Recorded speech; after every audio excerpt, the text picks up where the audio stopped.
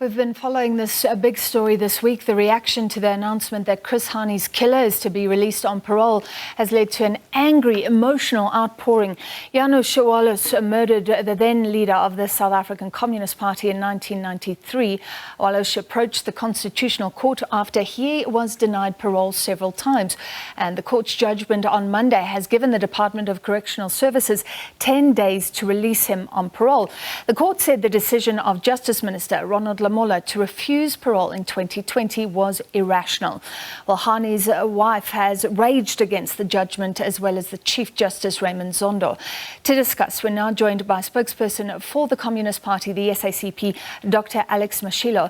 Doctor, thank you for being with us. Your General Secretary said this was sickening. Just explain your party's stance. Yes, indeed, as the General Secretary Solima Paila said, the judgment was sickeningly disappointing, to say the least. When you look at the judgment, it does acknowledge that the assassination, its nature and magnitude, as well as its consequences, had to be taken into account. That is at least insofar as the text the Chief Justice used in delivering the judgment. Afterwards, he said that that was, however, not the only side to be taken into account. He then went into Janusz Walus' side. He demonstrated Janusz Walus' side from the beginning to the end and how he took it into account, and afterwards delivered the order, without demonstrating how he took into account the written and oral submissions made by the SACP and the Hani family through our legal team led by Advocate Sikhakhane Senior.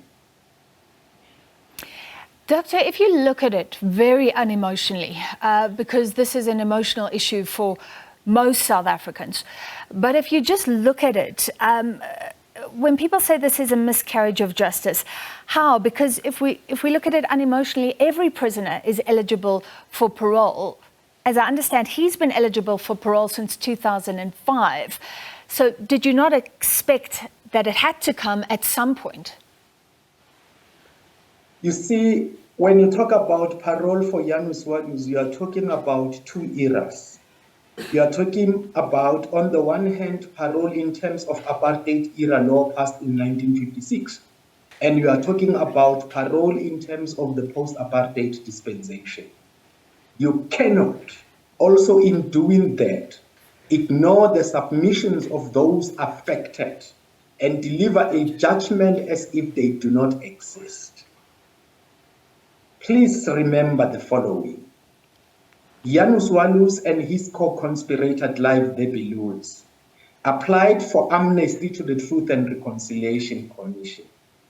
The most important yardstick for amnesty there was that you had to make full disclosure of the truth. Because they did not make full disclosure of the truth, they were denied amnesty. What did that mean? It meant that justice in the case of Chris Hani is yet to serve its course until the entire truth, and the truth is fully disclosed. So you need to appreciate the anger that has come from across the length and breadth of South Africa, because here you are not dealing with a case that is closed. You are dealing with a case in which justice is yet to serve its course. And how do you understand the law? It's often said, has he or she not shown remorse? Do you think that was relevant in this case? And then would you say you can't show full remorse without giving full disclosure? That was very much relevant in this case. If I do something to you and I show remorse, I must make full disclosure of the truth. If I have done something wrong to you and I sincerely apologize, I must make full disclosure of the truth. Look at the Constitutional Court judgment.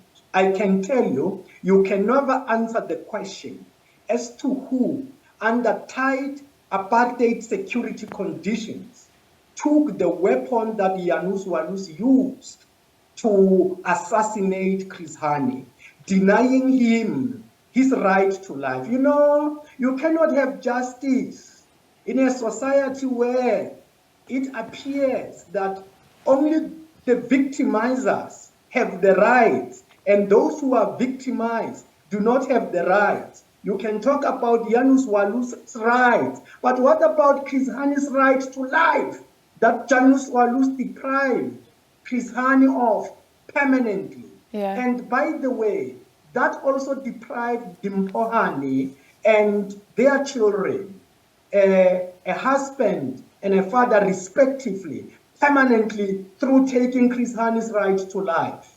That cannot be ignored when somebody says, I am remorseful without making full disclosure of the truth. That is nothing. It is not remorse, but a pretension to be remorseful. That is not an apology. It is nothing but a pretension of an apology in order to attract parole as it was delivered in the Constitutional Court judgment. We don't take it was in good faith. We don't take it as sincere. It was insincere. It was a tick box exercise. And let me say this so that South Africans can appreciate where we stand. Following this judgment, if somebody rapes a woman, if somebody kills another person or assassinates another person, that person is guaranteed of being released on parole if that person can act, can pretend sufficiently to be showing remorse on the day they are eligible to be considered for parole. We need to think deeply about this because we must discourage people raping others, people assassinating and murdering others.